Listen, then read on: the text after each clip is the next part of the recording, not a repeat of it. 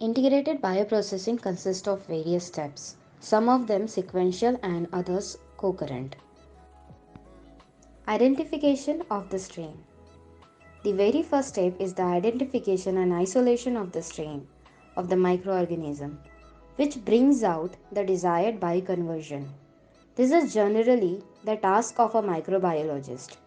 The basic work, which involves some shake flask experimentation, etc., will be the basis for taking up any process. The techno-economic viability of the process will be taken up subsequently if the results of step 1 are encouraging.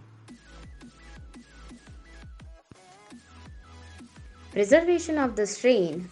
Preservation of the strain for future use is the basic requirement for the success of commercial ventures. The high-yielding strains identified and isolated in step 1 will be preserved for future use. It is essential that the strain is not only preserved, but its ability to perform and yield the product should also be preserved, without which the whole exercise is set at naught. The strains can be stored at refrigerated temperatures, that is 2 to 6 degrees Celsius, at frozen storage temperatures -18 to 80 degrees Celsius, or by freeze drying, lyophilization. Growth of inoculums. Step 3. Before using the strain in the fermenter, the inoculum is cultured for growth. The preserved strain culture is revived by growth in shake flask or by solid state fermentation on the solid surface. The standard growth time for lyophilized cultures is approximately 4 to 10 days, whereas the frozen culture and refrigerated cultures take different times for different cultures, like bacteria, actinomycetes, and fungi. Fermentation culturing. Before the cells are admitted into the fermenter for performing bioconversions, they are initially grown separately with nutrients and substrate so that the cells can multiply and proliferate. This will help increase the cell density. Growth time for frozen cultures and refrigerated cultures. For bacteria, it will take 4 to 48 hours in frozen culture, while in refrigerated culture, it will take 4 to 24 hours.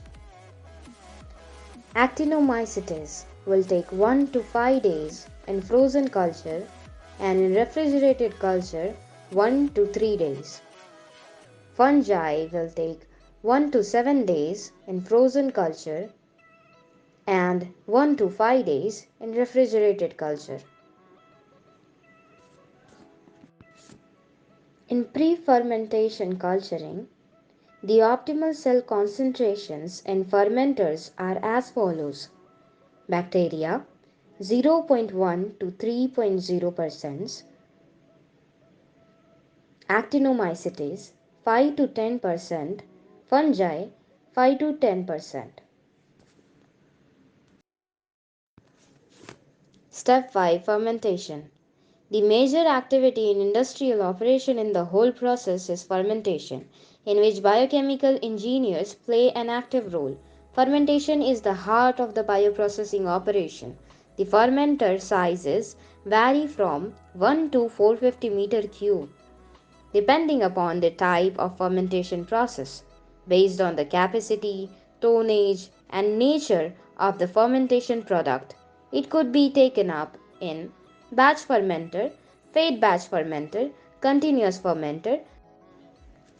The condition of fermentation could be aerobic with bubbling of air or anaerobic in the absence of air. Step 6. Recovery and purification of the product. The recovery and purification of the fermented product from the fermenter are crucial steps and sometimes even decide the economic viability of the process. The cost of recovery can vary anywhere between 20 and 60% of the total manufacturing cost. Various stages of operations involved in these steps are removal of solid, primary isolation of product, and product isolation and purification. Removal of solids are simply done by filtration or centrifugation techniques. The intracellular material is obtained by cell disruption techniques. During the methodology of primary isolation of product depends upon the nature of the cells and how they hold the product. Whether it is intracellular, the product is held within the cells, or extracellular, the product is exerted from the cells.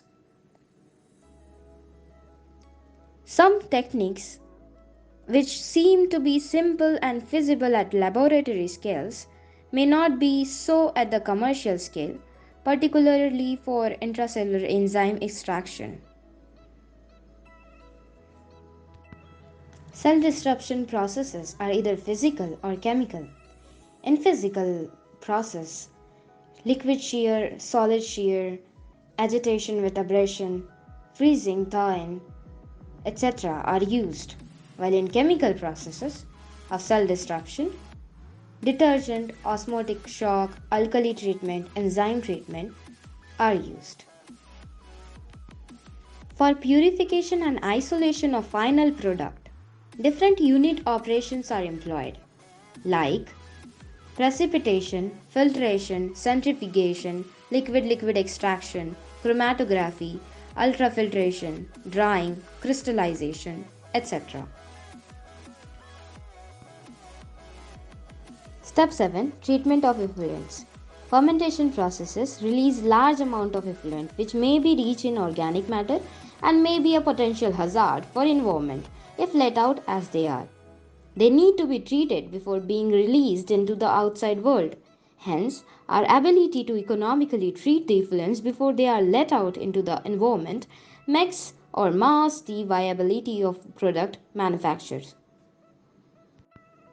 In 1996, Supreme Court of India has ordered the closure of 400 tanneries in Tamil Nadu which were highly polluting. Central Leather Research Institute CLRI Chennai has taken up the cause of tanneries and successfully demonstrated the cleaner leather processing technologies.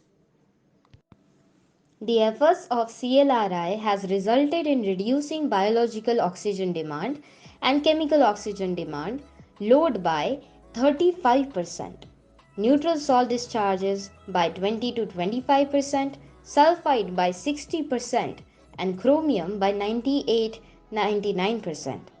In this direction, the R&D input of CLRI are commendable, which have saved the livelihoods of thousands of cobblers living in that area. The various effluent treatment techniques can be classified as physical, chemical, and biological. The final choice depends upon the individual cases and local circumstances.